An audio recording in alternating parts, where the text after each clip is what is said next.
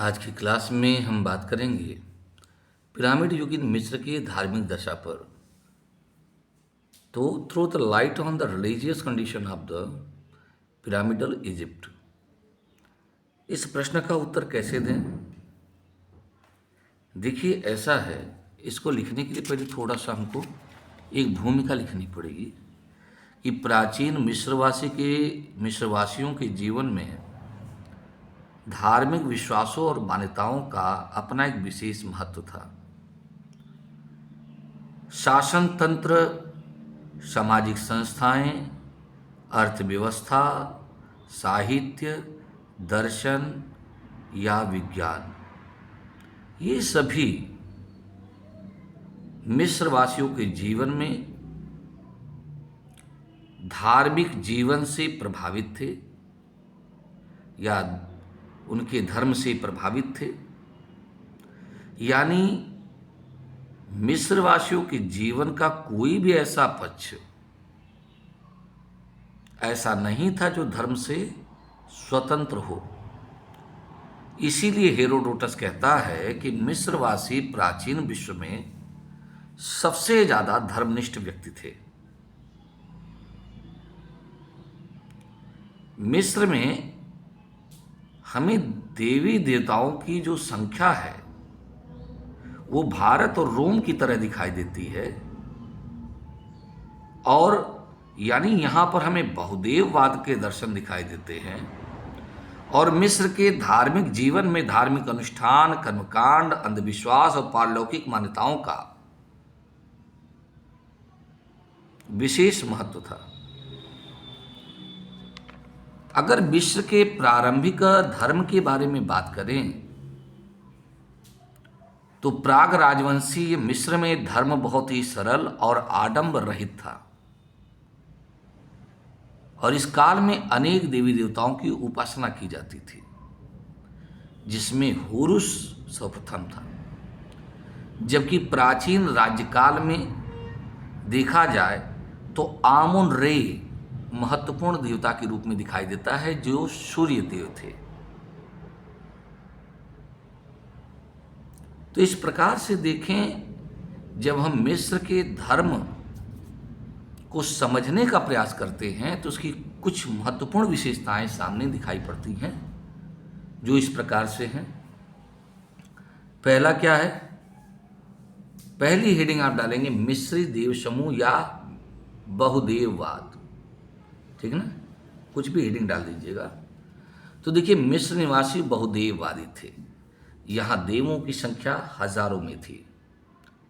उनके देवता प्राकृतिक देवताओं से संबंधित थे या प्रकृति से संबंधित थे।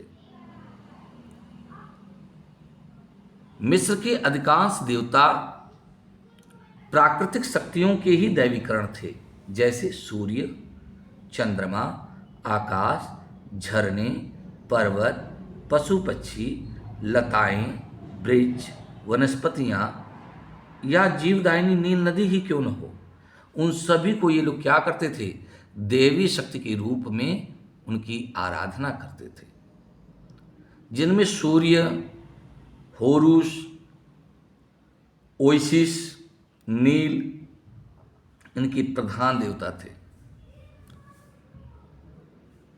चंद्रमा की कल्पना उन्होंने ज्ञान और काल के देवता सिन के रूप में किया था, और उनकी उपासना का केंद्र हर्मोपोलिस नगर था। पृथ्वी को रोब नामक देवता और आकाश को नूत नामक देवी माना गया। इसके अलावा यह कहा गया कि मोम्फिस का एक प्रमुख देवता था जिसका नाम था टा, जो कलाकारों और कलाओं का संरक्षक था। इस काल में यदि हम देखें तो इनके कुल देवी देवताओं की संख्या करीब 2000 से अधिक दिखाई देती है। अन्य देवताओं में देखा जाए वायुदेव शू हों या अधोलोक के देवता हों अनुबिस, या ओसिस को जिंदा करने वाली आइसिस, जिसे पुनर्जन्म की भी देवी कहा जाता है। ठीक है ना। इस रूप में देखा जाए तो हम देखते हैं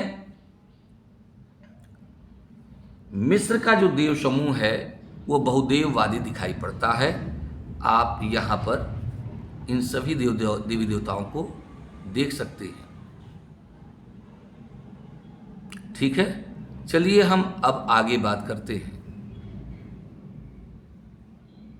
सृष्टि की उत्पत्ति संबंधी अवधारणा।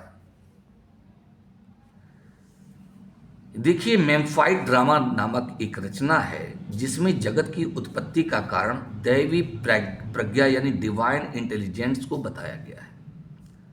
एक कथा है कि इस संसार को पृथ्वी देव के ऊपर खड़ी हुई देवी गौ माना गया है, जिसका पेट नक्षत्रों से जड़ा हुआ आकाश है, जिसे वायुदेव शु सहारा दे रहा है।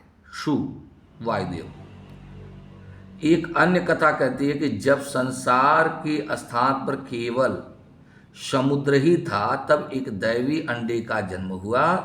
उसी से भगवान सूर्यदेव की उत्पत्ति हुई और सूर्य के इस रूप को एतुम कहा गया। उससे वायुदेव शु और उसकी बहन और पत्नी तेपनूत का जन्म हुआ। उन दोनों से पृथ्वी देव केब और आकाश की देवी नूत का जन्म हुआ।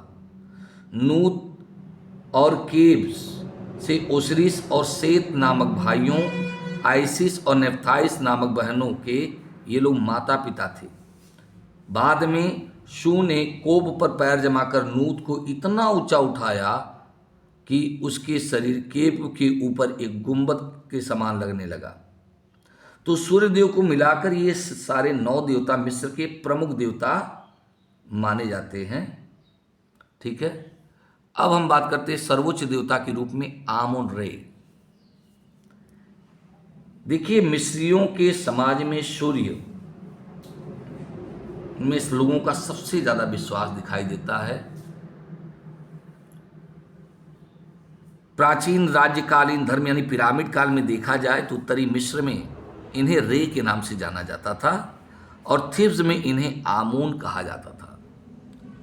जब एक महान मिस्र के साम्राज्य का गठन होता है तब वहां के प्रमुख देवता के रूप में आमोन रे को पूजा जाने लगा। तो उत्तरी मिस्र में हम जहां इनको रे नाम से जानते हैं तो थीब्स में इनको एमन कहा गया। दक्षिणी मिस्र में इनका प्रमुख केंद्र एडफू नामक स्थान था। मिस्रियों के विश्वास के अनुसार सबसे पहले सूर्य ने ही फराओ के रूप में शासन किया था। एक बार मनुष्यों ने उसके खिलाफ षड्यंत्र किया। इससे क्रुद्ध होकर उसने हाथोर नामक देवी को मानव जाति का विनाश करने के लिए भेजा, लेकिन बाद में जब उसे पश्चाताप हुआ तो उसने हाथोर को बीच में ही रोक दिया। बाद में देवी गौ ने उसे अपनी पीठ पर चढ़ा लिया ताकि वो पापी लोगों से दूर रहे। तब से वह आकाश में रहने लगा और तब से सूर्य आकाश में दैवी नौका पर आरूढ़ होकर के यात्रा करता है और पृथ्वी पर जीवन दायिनी शक्ति का वर्षा करता है। और इस सूर्य के 2 प्रमुख पुत्र के रूप में एक है ओसरिस, दूसरा है सेत। ठीक है, जो कहाँ पर है? ओसरिस पृथ्वी का देव था तो वहीं सेत जो था वो पाताल लोक का देव माना गया। अब देखिए, अगली बात है नील नदी के प्रधान देवता के रूप में ओसरिस। तो नील नदी मिस्र देश की सब कुछ थी, सर्वे सर्वा थी। इसलिए मिस्र वासियों को नील नदी के अधिष्ठाता देवता के रूप में ओसिरिस को मान्यता दी। उसको सूर्य का पुत्र कहा गया है, जिसके उपासना का मूल केंद्र देदू स्थान था। लेकिन बाद में एबाइडोस इसका प्रमुख केंद्र बन जाता है। ओसिरिस के बारे में कहा जाता है कि इसके भाई सेत ने इसकी हत्या कर दी थी। बाद में इसकी पत्नी आइसिस ने इसके अस्थि अवशेषों को संग्रहित करके इसकी अंतिम संस्कार की तैयारी करने लगी। तो अनुबिस की सहायता से आइसिस ने जिन मंत्रों का पाठ किया उसके प्रभाव से ओसिरिस में फिर से चेतना आ गई, लेकिन अब उसका शरीर चूंकि नष्ट हो चुका था, इसीलिए उसे अधोलोक का स्वामी बना दिया गया। तो ऐसी मान्यता कि उसके पुनर्जीवन में उसकी भार्या यानी उसकी पत्नी आइसिस ने महत्वपूर्ण योगदान दिया, या आइसिस की वजह से उसका पुनर्जन्म हुआ था। कहते हैं इसी आइसिस और ओसिरिस का पुत्र था होरुस, जिसने बाद में सेत से अपने पिता का बदला लिया था और सेत की हत्या करके फिर पर पृथ्वी पर शासन किया। तो इस प्रकार से देखें, ओसिरिस के इस संबंधित आख्यान से मिस्री जनजीवन पर एक गहरा प्रभाव पड़ा। ओसिरिस की मृत्यु और पुनर्जीवन का संबंध नील नदी के अपसर्पण या बसंत में बाढ़ आगमन से किया गया और धीरे धीरे ओसिरिस का आख्यान का महत्व बढ़ता गया। शासक की प्रजा के प्रति उदारता, पत्नी की स्वामी के प्रति प्रीति और विश्वास, पिता के प्रति पुत्र के कर्तव्य, अब ये मिस्रवासियों के लिए आदर्श बन गए। तो ये एक भावना जन्म ली मिस्र के लोगों में कि सदाचार के बल पर ओसिरिस मृत्यु पर विजय प्राप्त करके पुनर्जीवित हो गया। तो कोई भी मनुष्य यदि अपने कर्तव्यों का समुचित पालन करे तो वो भी अमरत्व को प्राप्त कर सकता है। ठीक है, अब हम बात करते हैं परलोक संबंधी विचार क्या है। देखिए, प्राक राजवंशी काल से ही मिस्रवासी लोग परलौकिक जीवन के प्रति आस्थावान दिखाई पड़ते हैं। प्राचीन राजकाल में आमुन रे और ओसिरिस के महत्व बढ़ जाने के बाद इनकी पारलौकिक मान्यताएं भी क्या हो गई, धीरे धीरे बढ़ने लगी। ठीक है, उनका मानना था कि जब कोई व्यक्ति मृत्यु को प्राप्त होता है तो वह मृतकों की लोक यानी अधोलोक, जिसे यारू भूमि के नाम से पुकारा जाता था, ठीक है ना, जो कि पश्चिम में स्थित था, यहाँ प्रतिदिन सूर्य देवता रात्रि में जाते थे। इसलिए मिस्रवासी मृतकों को पश्चिमी कह करके संबोधित करते थे और अधोलोक में मृतात्माएं प्रतिदिन सूर्यदेव की अलौकिक नौका की प्रतीक्षा करती थी। और यारू भूमि आकाश के उत्तर पूर्व में स्थित था और यह लोक क्या था, धन धान्य से समृद्ध था, जहाँ पर मृत आत्माएं आनंदित जीवन यापन करती थीं। तो चूंकि यारू भूमि के चारों ओर जल भरा रहता था, इसलिए वहाँ पहुँचना कठिन था। इसलिए वहाँ जाने के लिए नौका का सहारा लेना पड़ता था, जिसका परिचालन दैवी नाविक करते थे। ठीक है, तो वो उन्हीं आत्माओं को पार कराते थे जो पुण्य करते थे।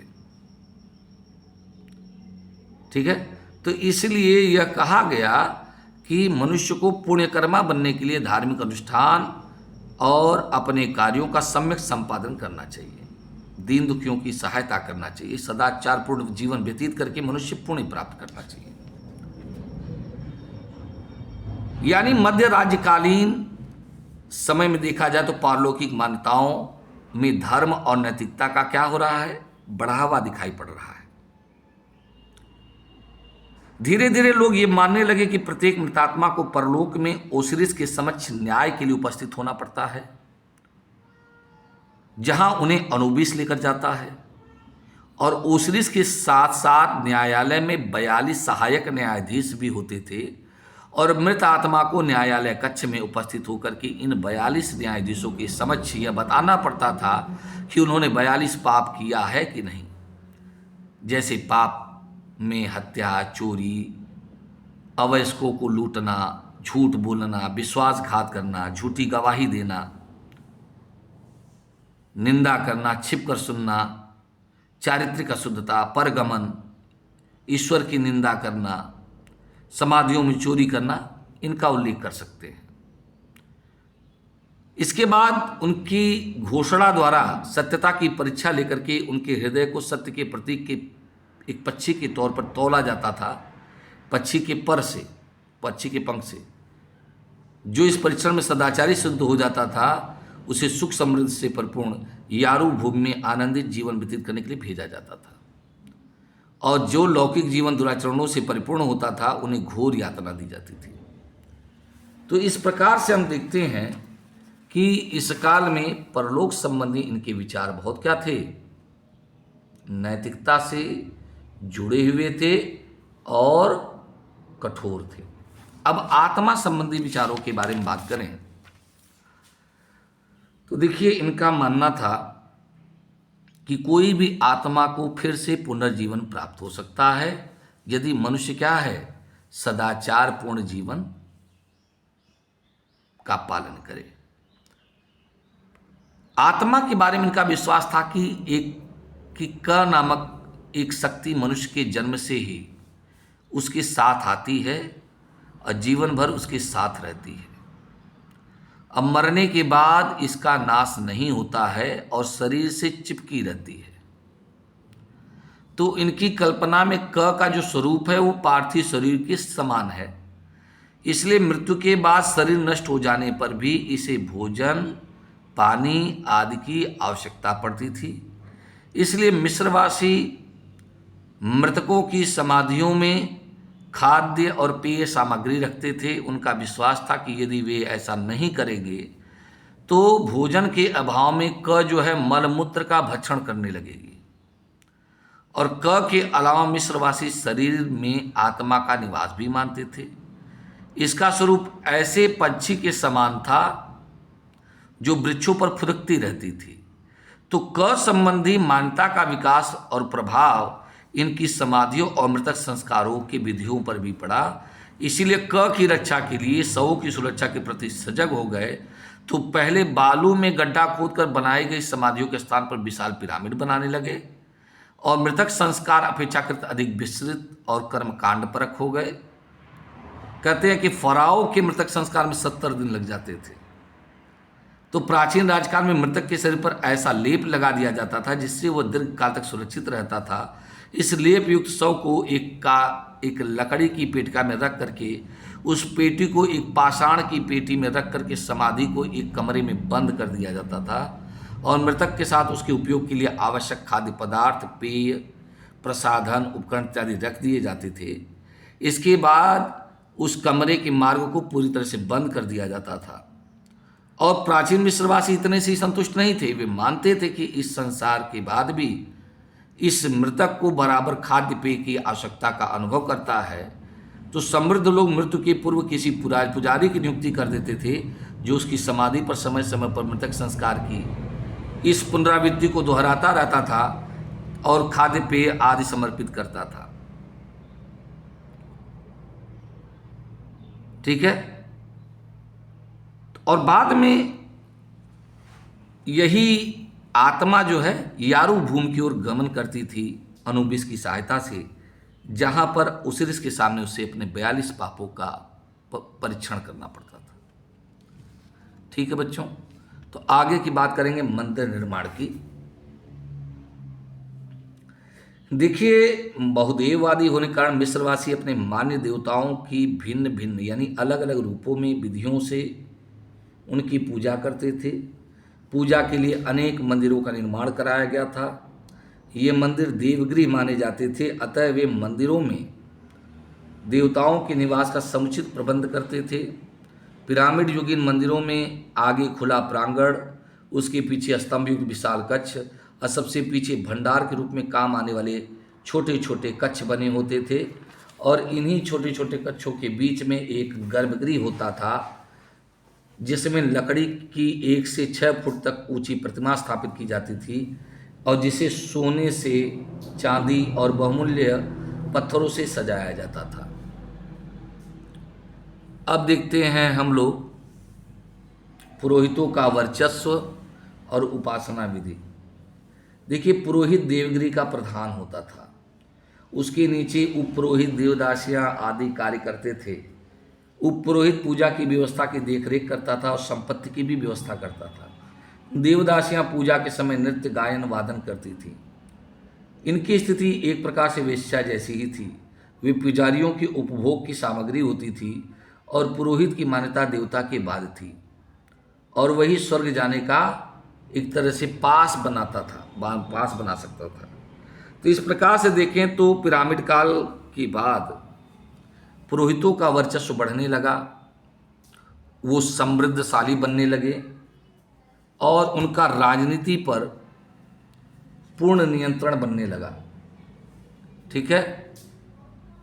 और यदि बात करें उपासना विधि की तो मिस्रियों द्वारा देवताओं की उपासना की मुख्य विधि देव प्रतिमा को उत्तम भोजन, पेय और वस्त्र आदि अर्पित करके गायन वादन से संतुष्ट करते थे। ये लोग मंदिरों की आय राज्य के द्वारा आवंटित भूमि की आय से या राजकोष से मिलने वाले खाद्यान्न से या मदिरा, मधु या तेल आदि तथा उपासकों द्वारा दिए गए दान पर निर्भर करती थी, और देव आख्यानों में लिखित तिथियां विशेष उत्साह के साथ मनाई जाती थी।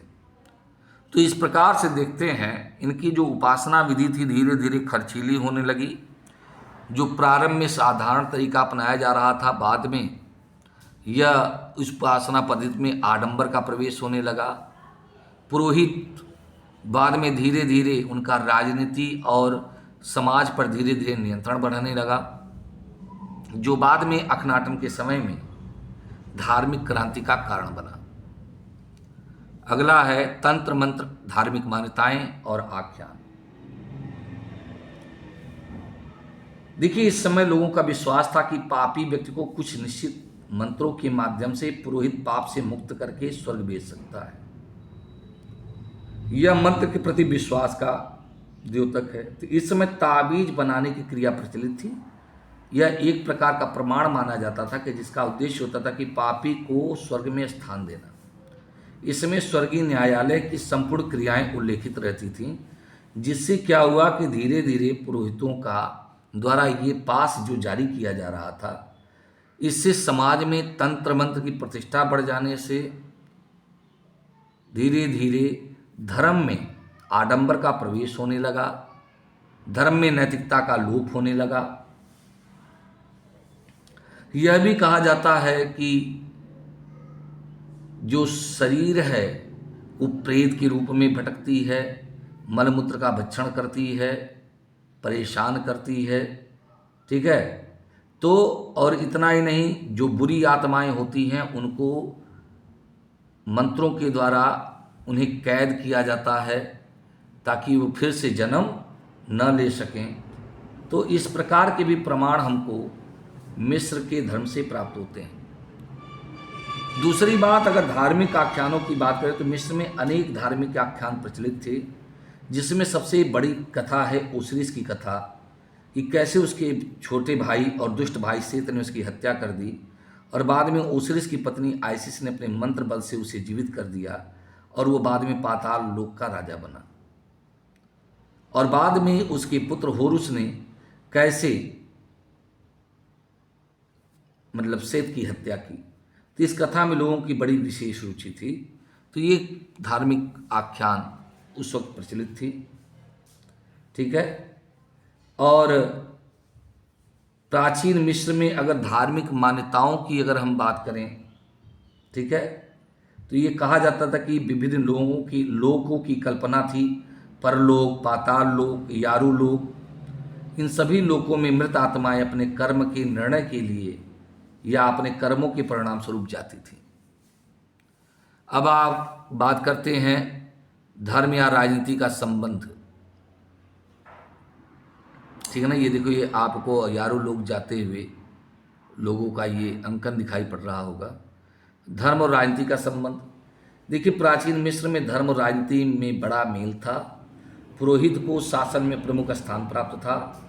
दैवी अधिकार से युक्त सम्राट से अपेक्षा की जाती थी वह धर्म के प्रतिनिधि के रूप में राजपुरोहित को पूरी तरीके से मान्यता दे। तो पुजारियों का राजनीति के क्षेत्र में काफ़ी हस्तक्षेप रहता है।